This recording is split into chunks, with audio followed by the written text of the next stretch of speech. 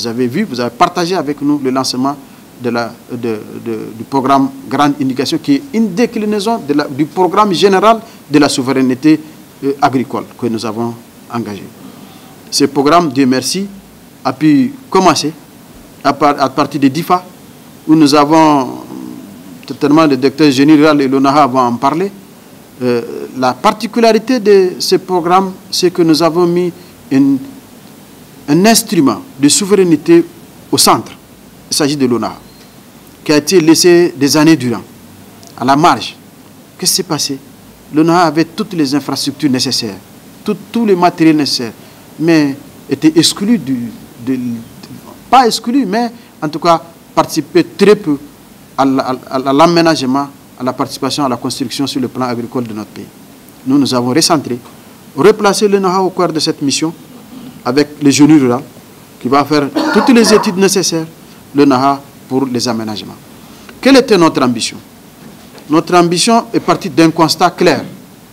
Les sanctions ont montré que nous avons, vous avez vu, la flambée du prix des produits de première nécessité, notamment les riz. Nous étions bon an, mal an en importation de près de 225 milliards de riz d'importation. Je parle uniquement du riz par an. Mais là, ça nous interpelle. Au-delà de la balance de paiement, dès qu'il y a eu la fermeture des frontières avec les sanctions que vous connaissez, nous avons des difficultés d'alimentation de nos concitoyens, de notre pays. C'est pourquoi nous avons dit qu'il faut repenser par l'irrigation. Et Dieu merci, le chef d'État a donné des consignes claires. Le Premier ministre s'est engagé avec nous pour véritablement dérouler ce programme. Ce programme, nous avons regardé ce qu'on a comme potentialité. Vous savez, quand vous prenez des chapelets, vous n'allez pas finir les potentialités du Niger en termes d'aménagement de terre, en termes d'eau, en termes d'eau souterraine, en capacité. Donc le potentiel global, le Niger en a. Moi, j'ai vu quelqu'un, un occidental, qui m'a dit, si vous savez ce que vous avez, monsieur le ministre, vous n'allez pas attendre longtemps. Vous allez vite partir et rendre indépendant votre pays. Donc il s'agit de cela. Le chef de l'État l'a vu, il a décliné en vision, nous opérationnalisons cela. Donc nous avons constaté que nous avons, de 1960 au 26 juillet, 18 500 hectares d'aménagement agricole, hydro-agricole. Vous vous rendez compte? Sur 1 267 000 km² où le Niger flotte sur l'eau et on n'a pas parti à l'aménagement pour pouvoir utiliser notre potentiel. Nous avons eu un objectif de doublement de ces 18 000 pour passer à 39 700 hectares. Sur les 18 500 hectares, nous avons près de 10 000 hectares qui ont besoin de réhabilitation. Donc à peine 8 000 hectares qui étaient véritablement opérationnels. Le premier objectif, réhabiliter ces 10 000 hectares qui sont déjà là, mais qui ont besoin de réhabilitation. Premier objectif.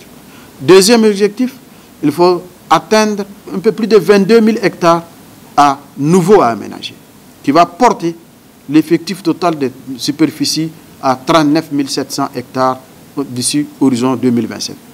Voilà ce que nous avons comme objectif. Voilà ce que nous sommes en train de faire.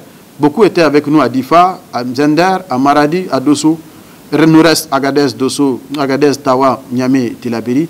Je crois que juste dans quelques jours, nous allons finir avec les 4 régions qui restent pour faire les lancements des aménagements à réhabiliter, pour boucler l'ensemble.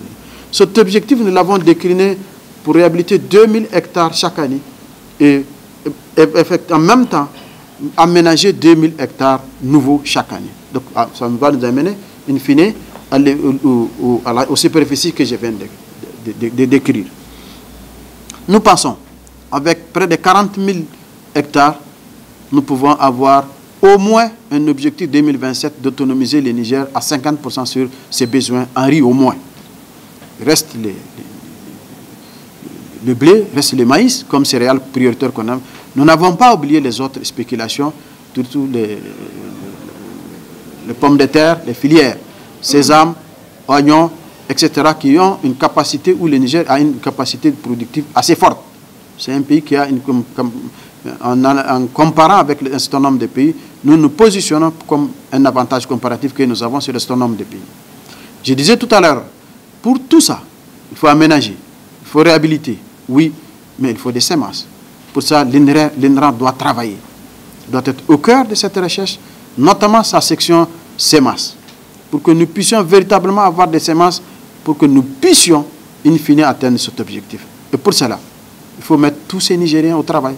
Cette jeunesse qui avait abandonné la terre pour se trouver en train de... Le Niger est connu comme un pays aujourd'hui. À un moment, vous avez suivi avec nous un pays de mendicité. C'est des mendiants contre vous. Non, nous avons tout.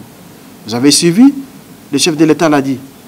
Nous avons transformé nos potentiels, nos ressources minières et pétrolières pour financer notre sécurité, pour avoir notre indépendance et notre souveraineté alimentaire. Bref, c'est la santé, l'éducation, il y a beaucoup de priorités, mais il faut un ventre qui a faim, ne sait pas où aller. Donc voilà un peu, je vous ramasse un peu notre objectif et notre déclinaison de nos activités. Je ne vais pas oublier certaines filières, telles que l'élevage, où vous m'avez suivi avec nous. Nous avons fait en profondeur des visites pendant cette année très difficile, je vous disais comparée, relative, comme l'année 1914. Nous avons été en contact avec ces producteurs. Nous avons vu combien ça a été difficile. Mais il y a quelque chose que les gens ont oublié, la résilience du peuple nigérien. Ils ont été très résilients et ils ont compris les messages. Donc pour avoir son indépendance, il faut avoir faim, il faut combattre, il faut résister. Et les Nigériens l'ont compris, ils l'ont fait, ils marchent avec nous pour le moment.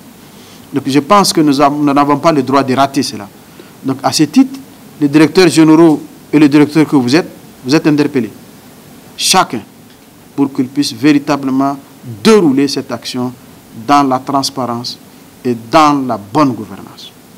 Parce que c'est ça. On n'a pas eu mystère. Vous avez suivi pourquoi tous les pronostiqueurs économiques, politiques, ont pronostiqué que le Niger va s'effondrer. Effectivement, quand vous regardez les agrégats du Niger ancien, vous ne pouvez pas imaginer que le Niger pourra tenir. Si vous partez des données statistiques que vous regardez, mais ils ont oublié que la gouvernance a changé. Vous savez, tout est pilier de gouvernance. La gouvernance a changé, les choix stratégiques, politiques, visions ont changé. Et troisième élément que les gens n'ont jamais compté, c'est le peuple nigérien qui peut être résilient. Et enfin, avec l'aide de Dieu. Donc, c'est ces éléments qui ont fait qu'on a vu. Et Inch'Allah, si Dieu le veut, nous pouvons aboutir à ça. Donc, tous ensemble engagés, je pense que nous ne devrons pas décevoir ce peuple nigérien et ce gouvernement qui nous a donné cette mission à faire. Donc, vous êtes interpellés. Je ne vais pas être très long. Je vais juste dire que j'en appelle très sincèrement à ces cadres pour que chacun puisse se mettre au travail. Nous avons passé une période difficile sous sanction, mais Dieu merci, on va dire, les choses commencent à aller. Donc, nous sommes engagés à partir d'aujourd'hui, puisque nos projets, nos programmes commencent à revenir. Donc, la situation se normalise sur le plan, plus ou moins sur le plan coopération. Donc, nous avons des enjeux. Donc, nous devrons relever ces défis pour ne pas décevoir ce peuple nigérien qui a soutenu, qui a opté pour sa souveraineté.